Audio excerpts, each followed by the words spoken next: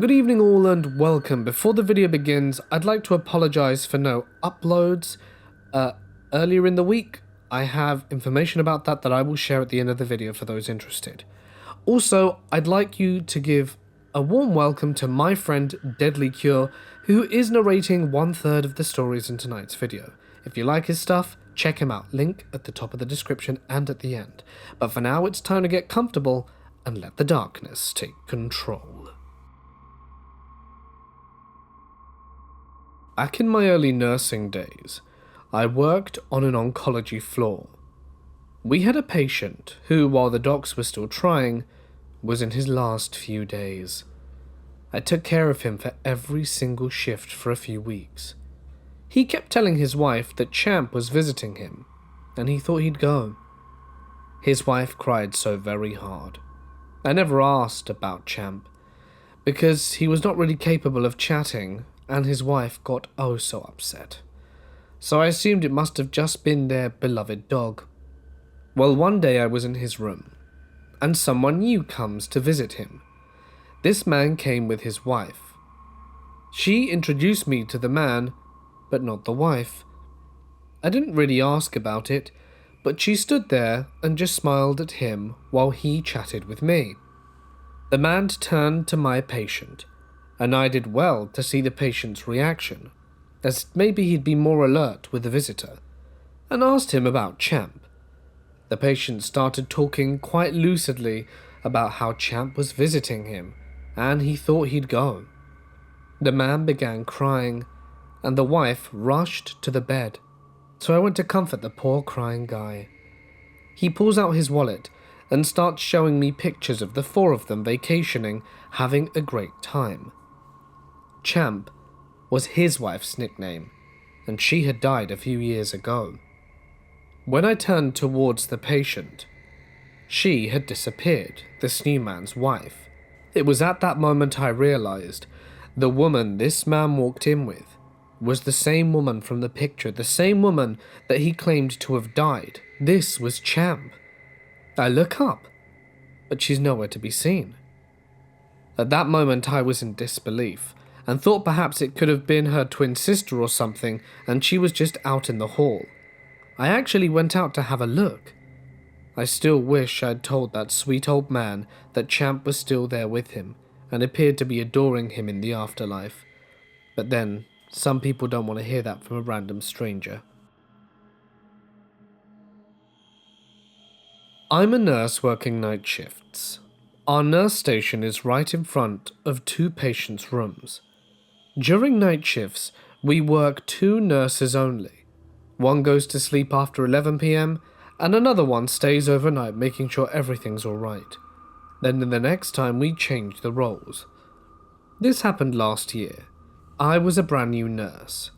In one of those patient rooms was admitted a woman in her 70s with a heart condition, together with her daughter around 40, just to keep her company. The daughter was tall, fit, and a pretty attractive woman, looked like she had a decent job. Her style was on point, but personality a little off. I didn't make anything about it, as she must have been pretty nervous about her mum's health. It's around 2 AM. Everyone's asleep. I'm just chilling at the nurse's station. Then all of a sudden I hear a howling sound, and cold air coming from their room, which was very normal when you open the window. But what wasn't normal is the smell that started coming from the bottom of their door. I'm a nurse. I've smelled diarrhea, wounds, private parts, and stuff, and it's all flowers compared to the putrid stench that was emanating from this room. It was like rotten meat mixed with diarrhea. I nearly gagged, but I thought the older woman had a bowel movement, and they opened the window to let some fresh air in, so I didn't want to bother them. But then the howling started again, and the smell got even worse, which had spread all over the unit, and other patients started complaining about the howling sound, so I knew I had to do something. I went up into their room, opened the doors, and to my disgust, the daughter was fully naked from head to toe, laying on her 70-year-old mother. I was in shock, but wanted to stay professional and asked, "What's going on? Do you need any help?"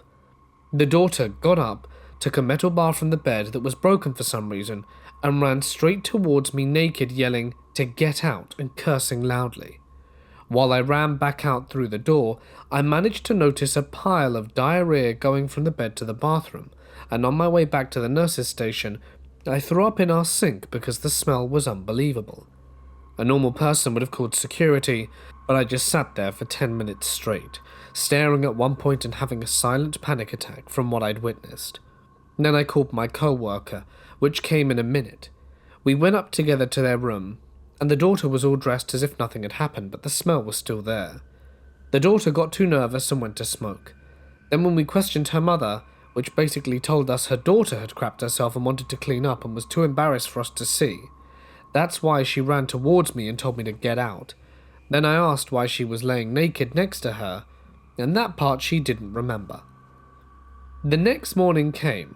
I went to get coffee and the daughter went for coffee too. Our eyes met, she grinned, winked at me, and in my head I threw up. I told my boss about it and went home. The older lady had surgery performed and was good to go. Not sure what happened with the daughter, but I hope nothing like this ever happens again. I love my job, and we had way more interesting stuff happen, but I don't think anything would ever top this. I've got a couple stories. A little backstory.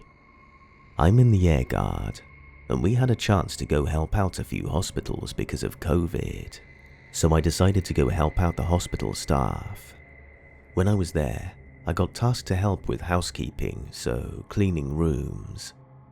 I did night shift in the ER. Usually there's only one other person that actually works there to help when needed. Story 1. For the first month, I didn't really realize anything out of the ordinary, except the feeling that I was being watched. I didn't really think much about it, because, well, I was in my military uniform, cleaning rooms of people who had got released or passed away. This one time, I felt that there was something more than just people watching me. When I was in a room, just me, and I just had this weird type of dread of being watched by something. While I was cleaning the room, it felt like there was someone there, just in the corner, but I couldn't see them. Towards the end, right when I was about to leave, I felt extremely cold. Not like a weird chill, a type of death chill almost. It was such a weird feeling, something I never felt before. After I left, I just felt so scared till I relaxed. I don't understand what could have caused it, or how I got so cold in a matter of seconds. Story 2. This also happened in the ER, while I was by myself again. How fun. So in the hospital, all the soap and hand sanitizers are all motion activated. It started out as a slow night, about 2 rooms an hour. After about 8 hours, I was nearing the end of my shift. I had 1 more room to clean. As I was cleaning, I started to have the feeling I was being watched, so I just ignored the feeling. Probably not the best idea, as you'll see. After about 5 minutes of feeling that I was being watched, I started cleaning the bed, which was the last thing I had to do. As I was cleaning, the soap dispenser went off, even though I was the only person there. I ignored it, as I was going to clean it before I left. Not even 30 seconds later, I heard footsteps in the bathroom, and me being me, I decided to look to see if anyone was in there. As soon as I poked my head around, I got so cold and got instant goosebumps. So I left the room, and I started cleaning a public bathroom for the last 30 minutes of my shift. As I was cleaning the bathroom, the towel dispenser just kept spitting out paper towel after paper towel. After that, I was done with my shift and left. I don't know what could cause those things to happen, or how they do it, but definitely one of the weirdest and scariest moments I've experienced. I'm a photographer and love all things spooky. Urban decay interests me a lot as a photo subject. I got overnight tickets to visit the Trans-Allegheny Lunatic Asylum. It was open to the public for tours, history lessons and whatnot. The place was basically abandoned overnight and had a history of violent patients overcrowding 3 times their intended capacity and malpractice, all the way back to when it started as a care clinic for the Civil War. It was partially renovated to follow safety guidelines, like old stairs and caving floors, but the owners were set on preserving as much of the building as possible, from the furniture and doors to the faded nameplates on some of the rooms and half-erased chalkboards. I'd like to preface that before this, I didn't really believe in ghosts but respected others' opinions. This night changed that. We were encouraged to do some exploring after the first half of the tour. The place has 4 floors with multiple wards, so a lot of walking was anticipated, and I distinctly remember everyone wearing sneakers or athletic shoes, even the guides, usually quiet with rubber soles. After the group split up to explore, I ventured into a ward with a heavy, screechy door to take some pictures of the previously mentioned chalkboard. The only way in and out of the ward was the door. The end of the ward was at the end of the wing. It was dead silent. As I stepped into a cell room to take pictures, I heard the crisp, echoing sound of boots walking on the hardwood floor from the hall. The sound was making its way towards me, and at a slightly slower than normal walking pace. From the direction of the heavy door, I didn't think I've ever been so frozen for fear in my life. The ward was empty of my fellow tourists. I checked each room when I made my way to the end, and I had no idea who could be in there with me. After 7 seconds, the sound abruptly stopped midway down the hall. I peeked my head out of the room, and no one was there. After calming down and not wetting myself, I searched every room in that damn ward. Not a soul in sight. No screeching or thudding came from that door. There was absolutely no way anyone came in or out. I'm convinced there's the ghost of an old resident doctor or a guard that haunts those halls and is slowly pacing the way up and down. During our tour, we inquired about the basement. Our guide told us that it was only done on special occasions, as they performed lobotomies there. He cut the tour short and decided to take our tour group to the basement since we were behaving well. It was spooky to say the least, had a big chain-link gate that was the entrance and exit. It was straight out of a horror movie. Another guide joined us for the trip down, and we decided to do a spirit box session, basically a machine that rapidly flips through FM radio waves as a method to try and contact spirits. The girl guide put on earbuds and attached them to the machine, and then noise-cancelling headphones over the top. We all tried it on to test their validity, as well as a blindfold, and sat in the middle of one of the rooms. We all sat in a circle, and our guide started asking questions out loud. "Is someone there? Can you give us a sign? What's your name?" The girl would speak out loud, any words that she heard through the machine, and most of them were random and didn't make sense. Up, eat, house, no. And didn't make sense to answer the questions. I recorded part of the audio on my phone. Suddenly, she just says, "Here." There's silence and he asks, "Where are you?" She immediately says, "Door," and then "doorway." All of our eyes are now glued to the doorway. Some stranger my age grabbed my hand and was squeezing it for dear life. The guide asks some more questions and the answers are inconsistent again, until the girl interrupts him and says, "You," and then, "Go." He asks if they want us to leave. No answer. He starts to say, "You're being really rude, we just want to talk." And the girl cuts him off and swears at him 3 times. She's now saying obscenities over and over, saying leave, go. From the beginning the room felt kind of heavy, but now it felt like something was physically weighing heavily on my shoulders and chest. The guide quickly ends the session and gets the girl guide off the floor. And she kind of looks terrified. Remember, she's just repeating what she's hearing over the static radio. He firmly says, "Let's go," and without a word we all get the hell out of there. Afterwards we spoke as a group, and almost everyone there felt that heavy chest and shoulder feeling. The guide elaborated that that is why they don't go down there anymore. The Trans-Allegheny Lunatic Asylum, formerly known as the Western State Hospital, is a Kirkbride building that housed the mentally ill from 1864 to 1994. In 2007, it was privately purchased and has become a museum/historic location and a ghost hunting spot.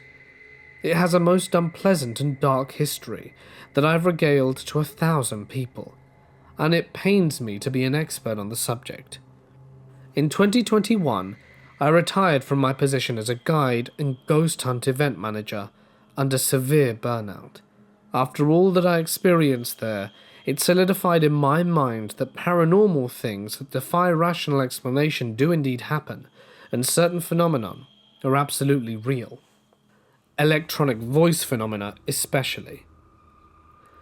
One evening while training for the job, I was on the first floor with a few co-workers while everyone else was touring upstairs. We were just kind of killing time quietly observing the area. Light from outside was coming in through the windows, casting on the inner hall's wall. In that light, I watched the perfect silhouette of a man from head to hip walk through that light from left to right. I said something about it, and the three of us watched as an arm and a hand moved into the light from the right side. I immediately ran into the room and began looking out of that window for someone outside. There was no one there. At the time, the realization that from the ground to the bottom of the window is like 7 feet didn't even occur to me. But I will never forget the crisp, clear silhouette shape for as long as I live. We would run experiments with a spirit box. It rapidly scans radio frequencies and are believed to be a communication device. One person would use noise-cancelling earbuds. All they're able to hear is radio static and blips on a few random stations. When they would hear a word or phrase, they had to say it out loud. I always liked this role in experimenting. One evening my co-workers and I ran one of these experiments in a notorious room where a murder happened in 1987. For 10 minutes I sat and listened to nothing but radio static through the spirit box. No blips of radio, nothing except of static. I was starting to get bored when I heard a woman's voice say, "Evil." So I spoke and repeated the word evil. Next thing I know, my co-worker is shining her flashlight in my face to get my attention. I pull out the earbud and she was practically frantically saying it's time to go. So we run out the room, down the hall, down the next hall to the center section before she could even tell me what happened. While I was hearing nothing but static, she said she kept hearing what sounded like someone shuffling their feet and walking around just outside the door. She said she spoke up and asked, "Whoever is out in the hallway, are they nice?" And that's when I spoke out and said evil. In the wee hours of the night, we figured it would be cool to see what would happen if we shut all the doors of the ward. One of the doors, as I was closing it, the knob twisted in my hand. I was not twisting the knobs, and was forcibly pulled closed. I stood there for several moments, opening, closing the door, trying to replicate what happened, trying to explain it away. Finally, the person with me was like, "What the hell are you doing?" It was so weird. I had never felt an invisible force like that before. On another occasion, I had 3 people spend the night when they had thermal imaging video. They set it up pointing down the hall, where we could all watch on a tablet. We thought it would be interesting to leave a device at the far end of the hall, and there would be an alarm if the field around it was disturbed. As one of the dudes walked down the hall to put it there, we could see his form on the thermal imaging, clearly human-shaped in colours representing heat and warmth. When he walked by one of those doorways about a quarter of a way down the ward, the shape of the head, neck and shoulders and upper body of a person in colour, indicating a cooler temperature, peeked out as he walked by, like someone popped out of their room for a sec as he walked by to check on him. I've never seen anything like it before, and I won't forget it, and would give my left testicle, if I had one, for a copy of that footage. That happened a lot, a guest capturing something far out and not sending a copy to us. On June 3rd, after an hour or so of hearing a female's voice, one instance even sounded like she said my name, as well as banging around, footsteps, literally running sounds on the hardwood floor towards us. I sat quietly on the floor with a group. I started to feel dizzy, lightheaded and gross. I told myself I was just imagining it and I'd be fine. A few minutes later, I started to feel this intense burning sensation on my lower back, just to the right of my spine. Again, I told myself it was just my imagination. The burning sensation kept amping up, getting worse and worse. I told myself I didn't want to be that guy and say anything in front of these people, you know? Finally, it got to the point where I had to say something. I asked my coworker if there was anything there. She was like, "Oh my god, there on your lower back, just to the right of the spine." There was a mark that looked like a burn or an abrasion, about 3 to 4 inches long and an inch wide. Now I'd seen other such claims made by visitors of scratch marks and the like, often writing them off, and their marks were always gone within about an hour. I had visible markings on my back for almost a week. My nerves there, to this day, often feel weird. Sometimes chilled, sometimes like a skin soreness, especially when I remember the experience. The next day, in the same part of the building, the same time of night, I noticed that my voice recorder ran out of memory, so I'm holding it in my hand using the flashlight to my left so I can see what I was doing, when suddenly I feel a burning sensation on the underside of my forearm. I shifted my flashlight to it. The person beside me and I watched as 3 welts began to appear down my arm. Needless to say, it blew my mind. It's one thing to see a mark like that, it's a whole other to watch it happen on your own skin. Like the majority of instances I've heard about, these marks were gone within minutes, with no lasting effects. Scared would be the wrong word, but I have none to describe my frame of mind around those events. I took a week off work after it to try and process it all, and was nervous for being in the hallway for the rest of that summer. I've got enough stories and experiences to probably fill a book, but I'll leave you with these for now. I will add a final note about how constantly poking around in the dark and talking about past true horrors of human experience day in, day out really does take its toll on you, spiritually and emotionally. Since my resignation, my mental health has gotten a lot better. I used to tell people for a while after that it felt like I'd gotten out of a toxic relationship with that place. For some background, I've been a behavioural health nurse for about 12 years. My first job was at a freestanding mental health facility in the south. This facility is pretty uniquely constructed, as it was originally a plantation owned by a wealthy Irishman who emigrated here sometime in the 1700s. The original plantation house is still there and is now used as the business office, and the hospital itself was constructed to be attached to the house. If you explore the campus, there's a small graveyard with the original owner's tombstone, as well as some other family members of his. Additionally, there is a sign that says something along the lines of, "This is dedicated to the slaves that worked and died on this plantation."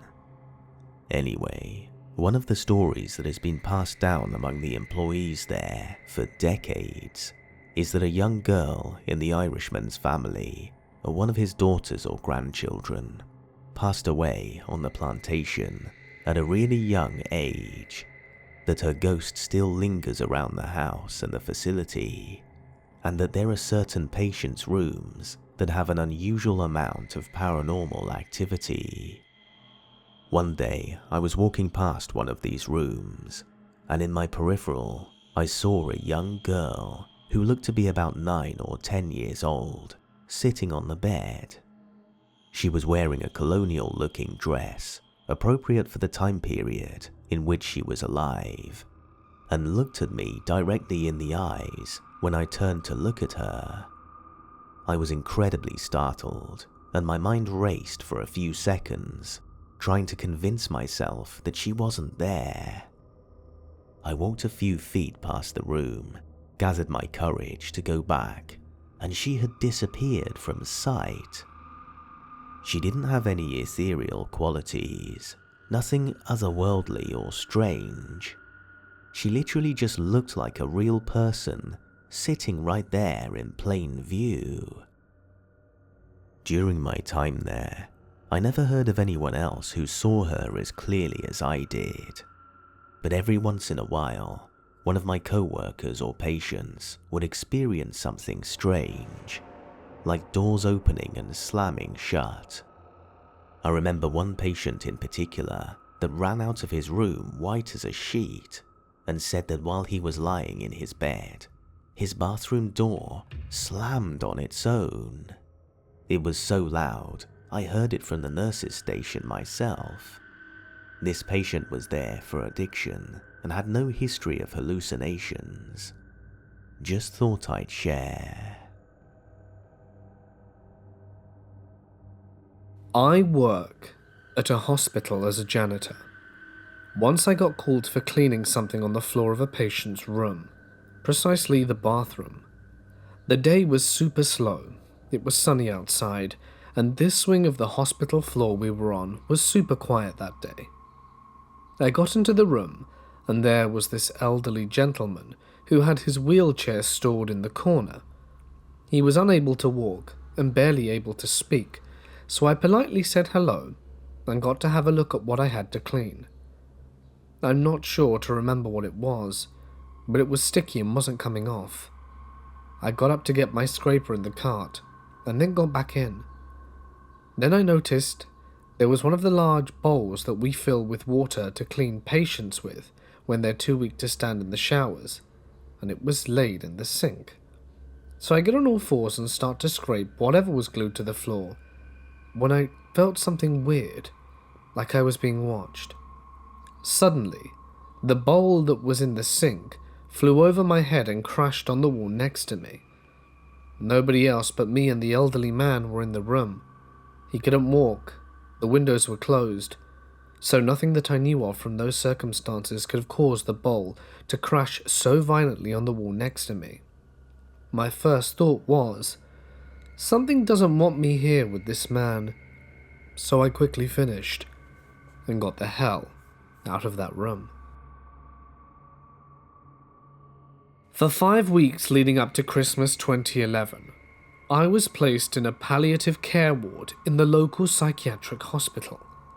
The ward was part of a horseshoe-shaped building and located down the hill from the main hospital. It was actually quite peaceful, as it was next to woodland. I would often see hares, deer, or squirrels when I parked prior to starting my morning shifts. There were only 6 beds in this ward. 4 of them were bedbound and literally at death's door, unable to talk, and pretty much slept their days away. One guy was very alert and lucid, and often demanded hot chocolate and toasted cheese at 10 a.m. He was pretty violent and horrible, but our little interactions made the time pass on our quiet ward. I don't mean to be harsh about the man, but if you knew his history you would understand and agree. The other patient was a lady who would be put in a wheelchair and very occasionally have lucid moments. Her speech was limited to grunts, and we would often wheel her through the conservatory to listen to the radio and enjoy the woodland view. The hospital had been built in the 1800s and was due to be closed down and the patients relocated. I had spent a lot of time on different wards in the hospital and was accustomed to the various stories that came with such an old building, especially old psychiatric hospitals. I enjoyed these stories but never gave them much thought. One of the more popular stories was that under the horseshoe building there had been a dungeon built for the most insane or violent patients, and they would be taken down there and kept in the dark until they calmed down or a very suitable intervention could be arranged. This was believed to be around the turn of the 20th century, so it's not that far-fetched. I was also told that unmarried pregnant girls had been put down there as well, if their middle-class families wanted to hide their shameful secrets. It was a small ward, There was only myself, the charge nurse, and 2 nursing assistants on shift. The charge nurse had gone for breakfast, and the 2 assistants always made some excuse to visit the next door ward. I wasn't bothered, as it gave me a chance to prove I could be left to manage the ward and enjoy the peace as they liked to complain about each other to me. This one morning I was making the old guy's toasted cheese and chocolate, and was by myself on the ward, and had already settled Mary in the conservatory to watch the Christmas lights and listen to the radio. I suddenly felt as if someone was behind me, watching me. I turned around and there was nothing there. I turned my back again and heard a gentle "hello" right next to my left ear, and my hair moved as the breath had blown it. I quickly spun around, but there was nothing. I was a little freaked out by this and could have sworn I felt someone sit behind me at that moment. I decided I was really tired, due to it being the end of the week and I was on my last shift, when out of the corner of my eye I saw a blurry silhouette, left-hand side, and when I looked I saw an old lady shuffling along the conservatory to the back door, which was out of sight of where I was standing. I figured it was one of the patients from the next ward, a dementia ward. It must have found her way here and would probably fall if she couldn't lift her feet, as there was a big step down that door. I shouted at her to stop and would help her. I've never run so fast. She shouldn't have been able to get out there on her own. It was a locked ward because of the vulnerability of patients. I got to the conservatory and the door was closed.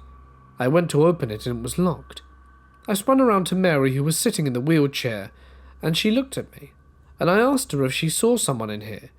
She looked petrified, as she had been staring at the door, and she slightly shrugged her shoulders as if she said, "I saw, but I don't know who it was either." I never told anyone about it, but I'm convinced the voice and the figure were not my imagination. So this actually happened to a co-worker of mine, but it's by far the creepiest thing I've ever been semi-involved with in my entire life, and I've been waiting for the perfect time to share. This was a few years ago now, but I work in a hospital, and there are privacy laws, so I just wanted to give it some time to be safe. So I had this co-worker, we'll call him Jack for the sake of this story, who I trained and worked with quite a lot. One day I came to work. I actually think it might have been around the holidays, and he had told me that he had had a phone call that really creeped him out. We work in a call center, transferring patient and employee calls. He said that a patient had called in the early hours of the morning, wanting to speak to the nurse in charge. As is protocol, Jack took the patient's name, doctor's name, and phone number. He then told the patient the nurse would call him back ASAP. The patient asked her to hurry, sounding to be in great distress according to Jack, and insisted he was having a cardiac arrest. We aren't allowed to give medical advice of any kind, but we are allowed to encourage patients in distress to call 911 or go to the ER. So Jack did so, but the guy insisted on waiting for the nurse. Jack put the guy on hold, not wanting to make him wait, and called the nurse.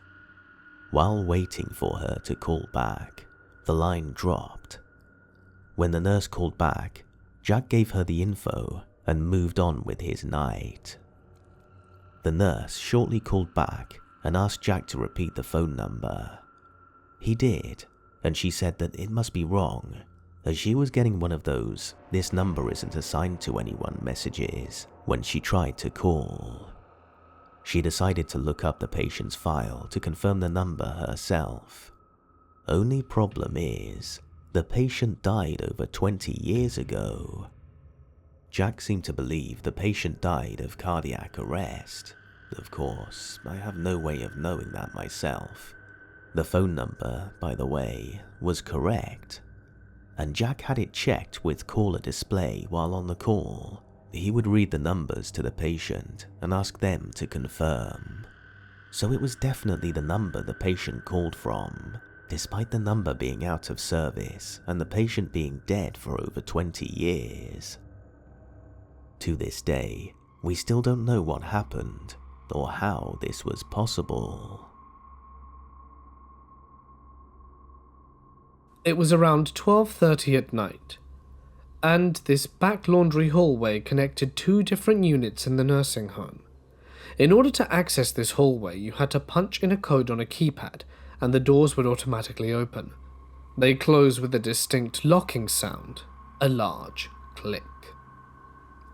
That's when I saw what I thought was a resident, in all white with white hair. I thought she had wandered herself into this locked back hallway where the laundry was, and I told her not to move and that I would get her back to bed. I just needed to tie the linen bag. She nodded at me to indicate that yes, she wouldn't move. I tied the linen bag quickly and moved to help her when she was no longer there.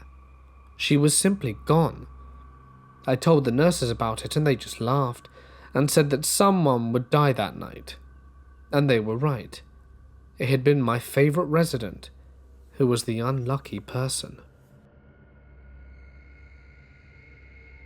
I work in a hospital, and we were having an A&E X-ray department refurbished, so they needed a porter on nights, just specifically to escort patients from A&E to main X-ray and back. Easy money, so I volunteered. It's my first night working the night shift, and I'm on with the department manager, and a guy that's just under her. They're both in their late 40s to early 50s, so the night goes on, and it gets to around half midnight. So I ask if I can go for my lunch and they agree. I grab the key to unlock the door leading down to ultrasound because that's where the break room is. I unlock the door from the inside to stop any roamers going where they shouldn't.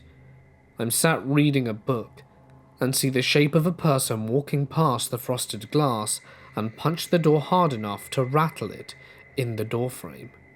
I jump out of my skin, immediately go to check after walking around the department and there's no one else there, and it's still locked from the inside, as I have the only key. I go and tell the manager about it, and she asks the other guy if he was playing a prank. He's adamant he wasn't. He was doing his uni work, so he had security check the footage, and you can see clearly me walking down the corridor, locking the door, and going into the staff room. Then 45 minutes later, me coming out and looking around. I found the X-ray department is the old mortuary. I don't really believe in ghosts, but I definitely saw something. I'm an MD, and this actually happened to me during my year as an intern. I was in a night shift in the Labour and Delivery or L&D ward, located on the 4th floor of the hospital.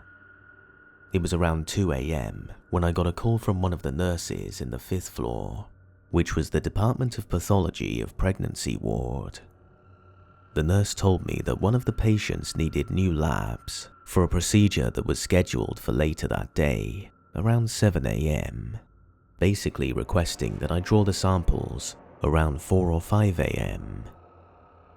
As Labour and Delivery was, for some reason, almost deserted that night, being proactive, I chose to go and draw the samples, just in case some emergency would happen later during the shift that would keep me from doing it. As I was taking the stairs to the 5th floor, I just felt how the temperature dropped to the point I got chills. And as I was reaching the last steps, I was facing downwards while I was going up. I began to look up. That's when I saw the lower body of a child in a hospital robe, barefoot. Mind you, I froze and could not look up all the way. The skin was ashy grey and the blood vessels were all black. I felt a strong putrid smell whipping up. Without much more processing on my part, I just stumbled backwards, almost falling down, and ran for dear life back to the Labour and Delivery ward. When I got to the door, one of the security guards took one look at my face and said, "Ah, you saw something too?" I shakily told him what had just happened. Basically, he told me that the child was not the only thing that lurked there, and to always be careful when I walked through the hospital at night. Safe to say that when it was 5 a.m, I went back to draw the samples, just like the nurse had told me to begin with. Maybe she already knew of the spooky things that go on down there, so I learned that it was better to stick to schedules. It was definitely an awful experience. I was finishing a night shift in the emergency department at a hospital. I'm a 35-year-old petite female on my way walking to my car in my scrubs, when some guy whistles for me out of his SUV passenger window to come over. At first, I thought he was hitting on me. The sun was rising, and I feel this hospital is pretty safe, so I tentatively walk over and find an uncomfortable man in the passenger seat and a female in the driver's seat. He rolls the window down the rest of the way, taking the last puff of his cigarette and lighting the next with the butt from the last. That's when he proceeds to tell me, with somewhat laboured breathing, about his weekend of partying and lots of intercourse and drugs, and how great it was. Something about the day prior. I don't know. I realise I can now see into the car window, and that he is covered from the waist down with what appears to be a grandma's Afghan, but it's not doing much to cover what is protruding from between his legs. An absolutely massive erection. I take a few steps back, surprised, and he pleads with me to help him. Apparently he took several Viagra and ecstasy in one day. He partied, drank, did coke, and said initially it would come and go when he needed it to, but currently it was doing close to 20 hours, and that something was very wrong as he pleaded for help. He groans as he grabbed it with his not cigarette hand. I explained that normally they shouldn't last more than 2 to 4 hours, and at this point he may need to have it decompressed, and urged him to get inside the emergency department. Then he asked me what that meant, and when he learnt that decompression meant that they would stick a needle into it to drain it of blood, he looked at me with wide eyes, put his cigarette in his mouth, rolled up the window, and they sped off. So somewhere out there, deep down in southeastern USA, there is most likely a penisless man and a very unhappy woman. I am a nurse manager over a small hospital. During my early years at the hospital, I worked the night shift to get to know the staff.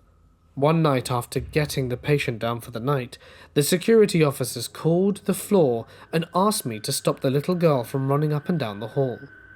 He said she was with her parents. He said he observed the family through the opening between the second floor and the atrium below. He thought I was joking when I told him we didn't have patients with a little girl in the hallway. He thought I was joking. He came to the second floor to look for himself. When he walked up to the nurses' station, his face was a loss of colour, as the other nurses corroborated what I told him. He didn't quit. He worked day shift until he could find another job. We never really told him about the real scary things.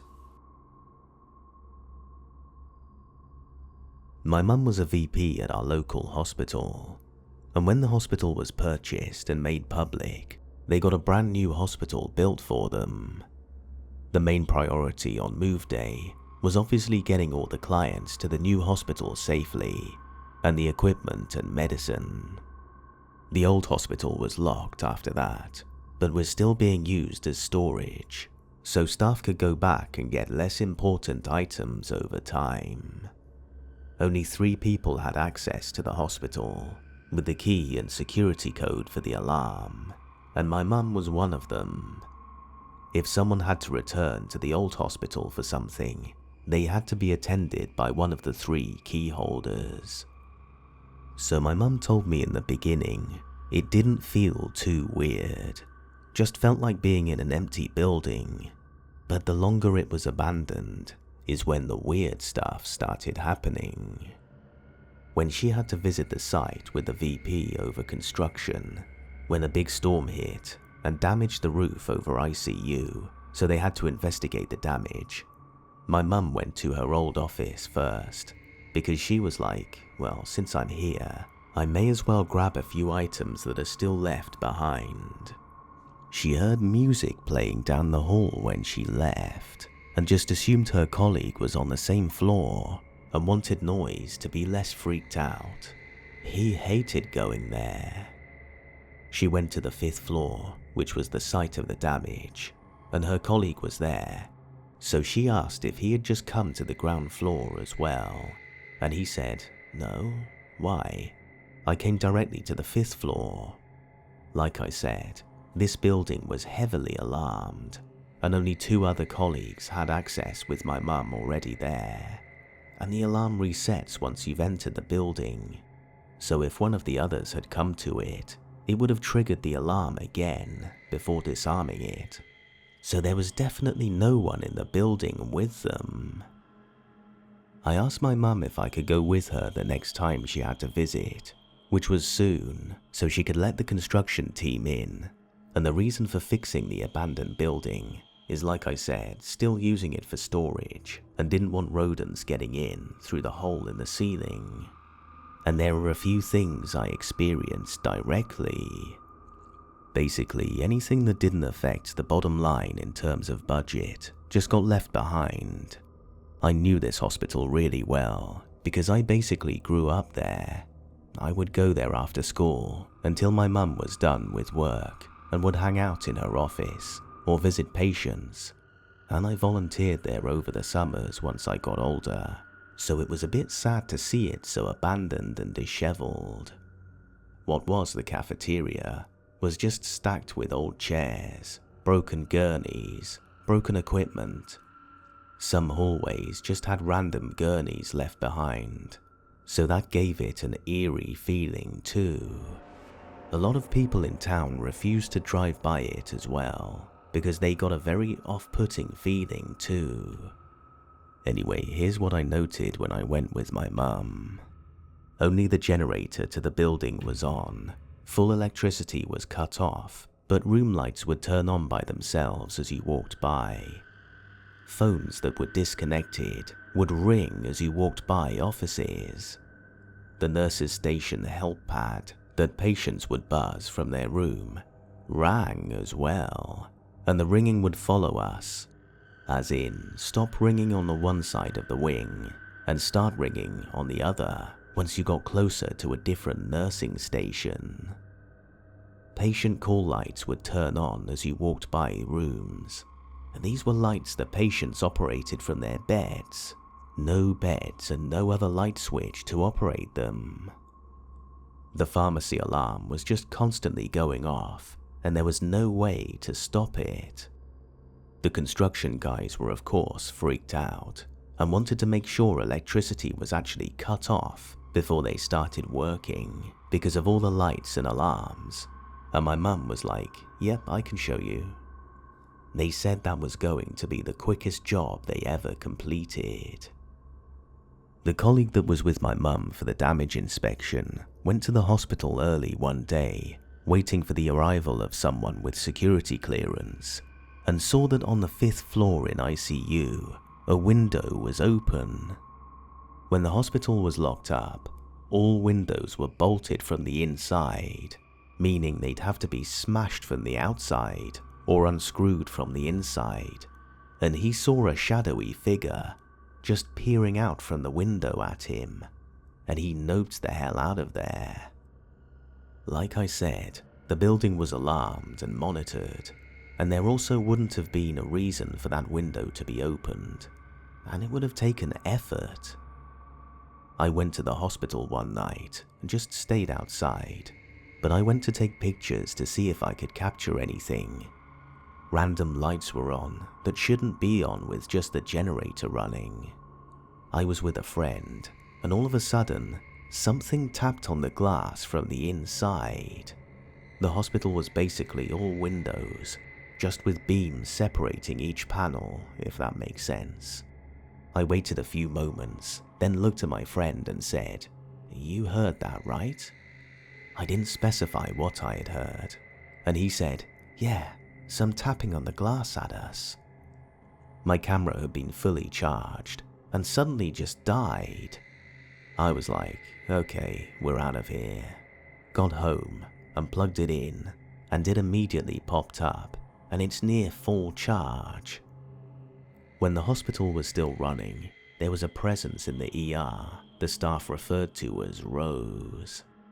They only messed with one room, couldn't control the temperature in there.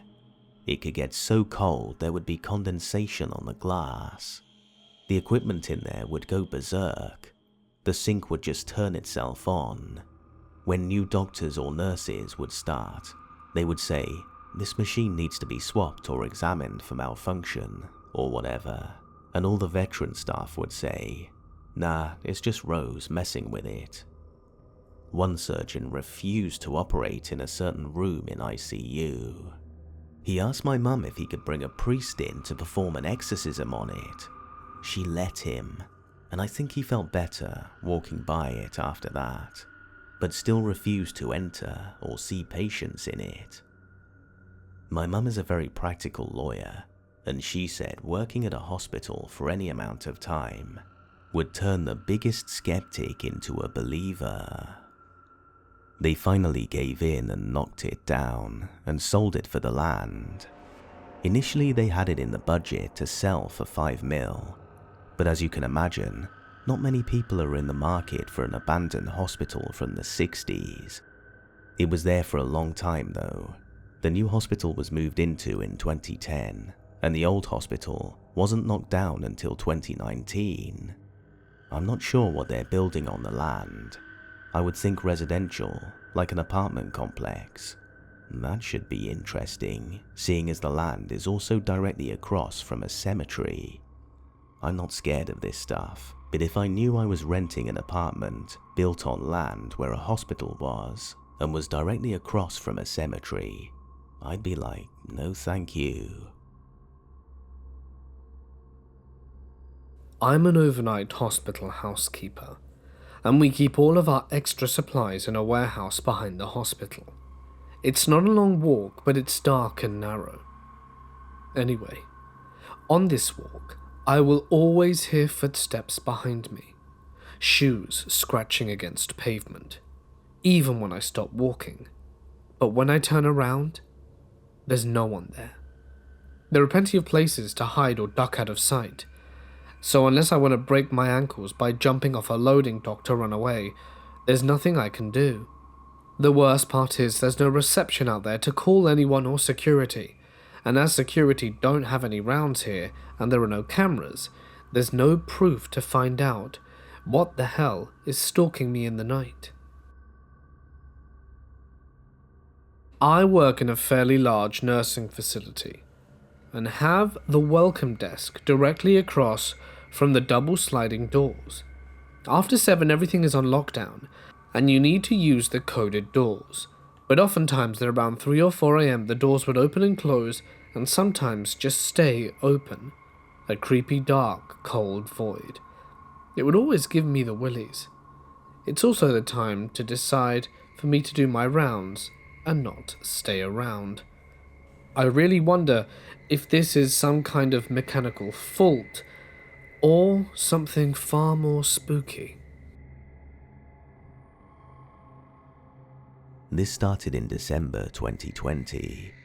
As part of my education, I was scheduled for a 6-month internship at a psychiatric hospital.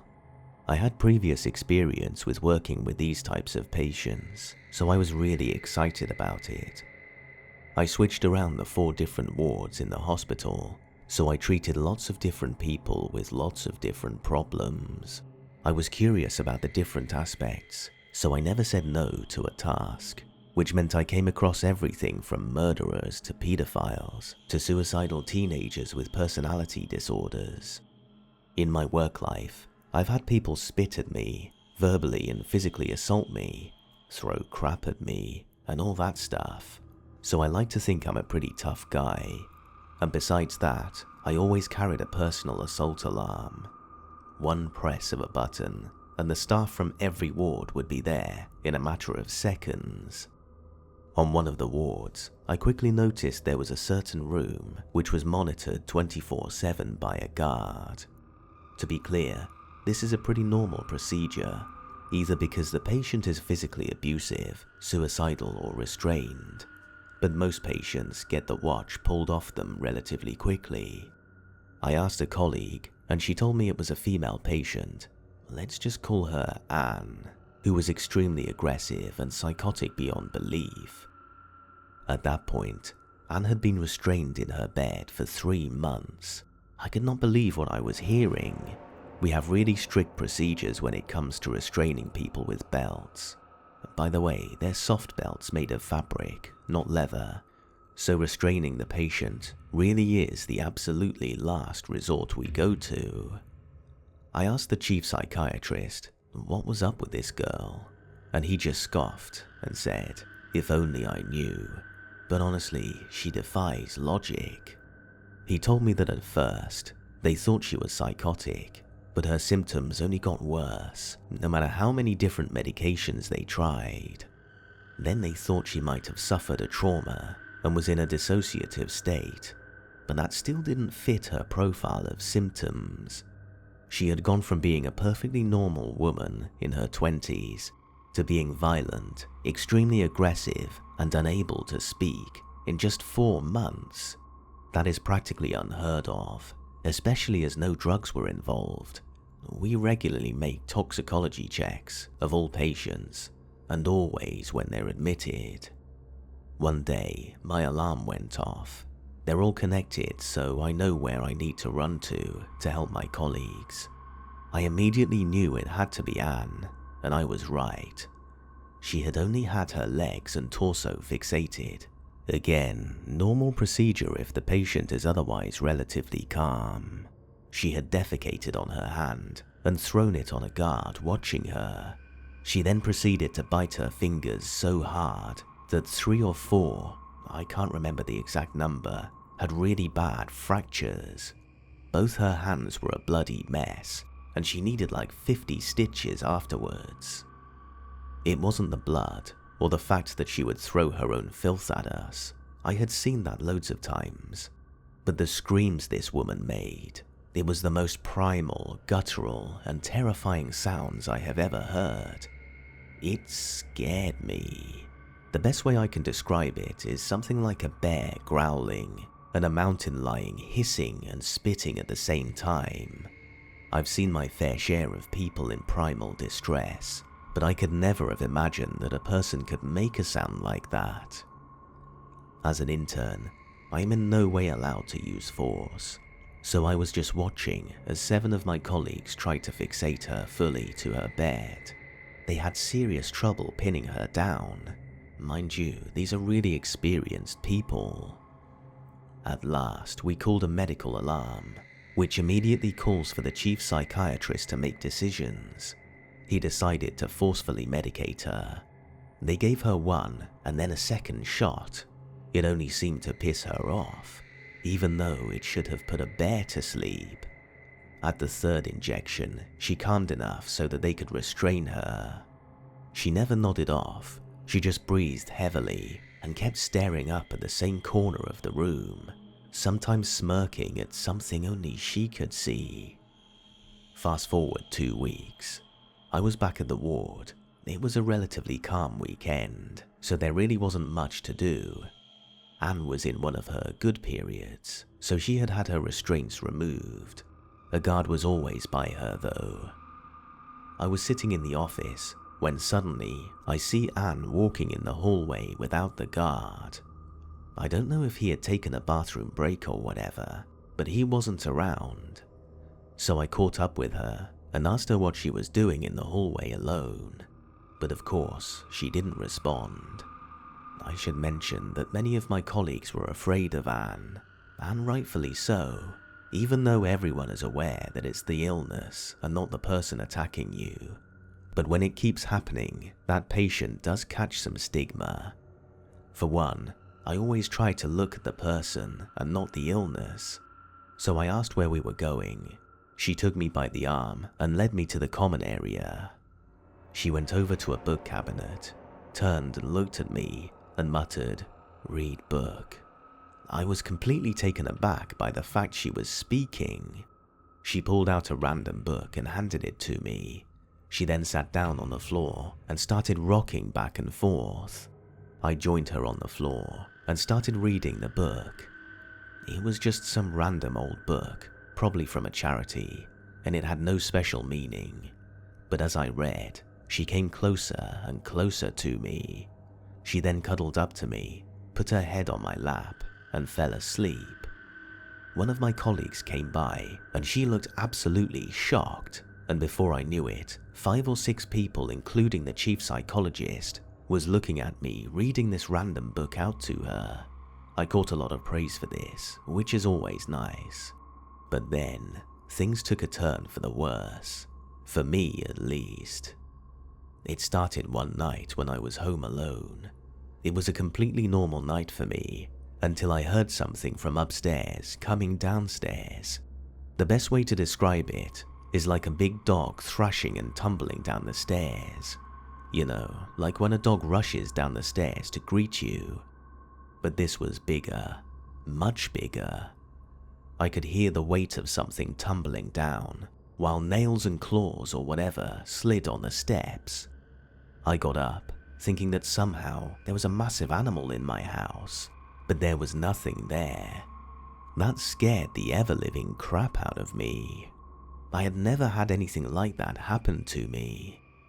I left the house and stayed the night with my parents, but I also had strange effects on my body, like I had a filter over my eyes or something.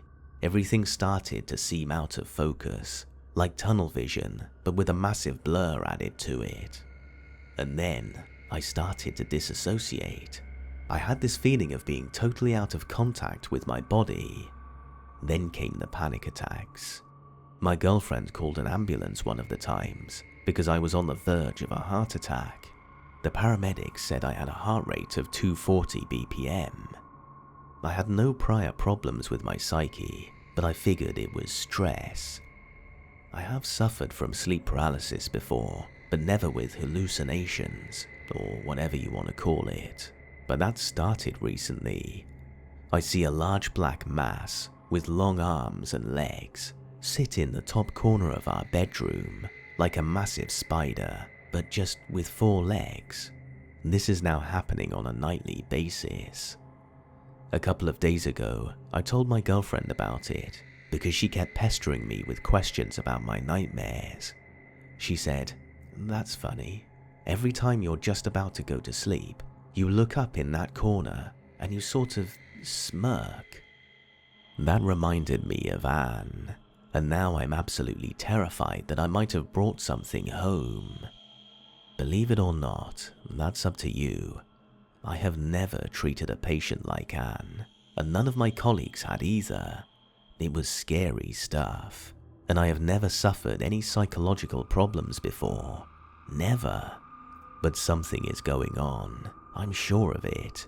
It feels like it wants to get back at me or something, I don't know. And by the way, Anne is much better today. She's in a rehabilitating home where she thrives. One day, she might even be able to have her own normal life back.